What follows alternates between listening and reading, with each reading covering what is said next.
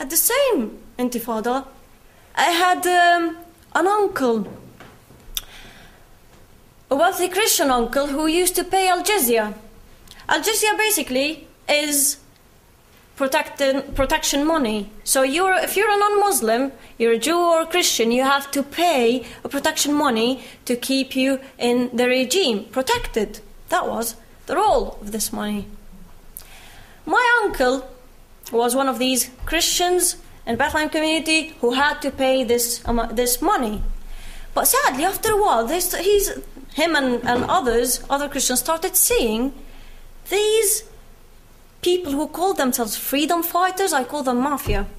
They used to stand next to Christian houses, shoot and launch rockets at Israel and run so that the response would come mainly upon Christian houses. So what my uncle done was to decide to stop giving them money. They accused him for being a traitor.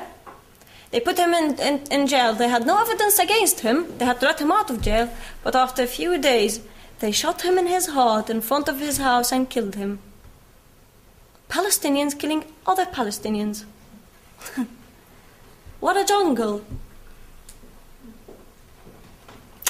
Another wealthy Christian man who used to pay the money at the funeral of my uncle stood and said a few angry words against them.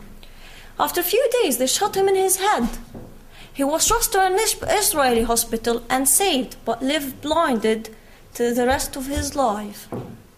None of these stories and more were told by my people to the world.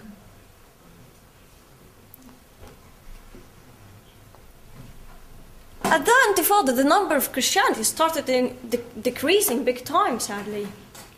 And I probably heard that so many people would tell you that the major factor is the Israeli occupation. Well, I believe in facts and statistics. If we look at the percent of Christianity in Bethlehem area, it was 81%. And after the Israeli occupation, it got into 85%. It actually increased. It decreased after the two intifadas and the rising of the PLO and the radical group Hamas. If the reason and the major factor is the Israeli occupation, why is it affecting the number of Christianity only? Hence our population growth is 2.2% annually. Ramallah now is 90%. It used to be 90% Christians, and now it's 95% Muslims. Bethlehem used to be the birthplace of Jesus Christ, used to be 81% and even 85%. Now it's 7%, and it's getting less. But Palestinians are stealing other Palestinians' lands, especially Christian lands. I have 4 uncles who lost half of their lands by people from Hebron. Just like that. They went to court to ask for the rights. The judge, sadly, was from Hebron.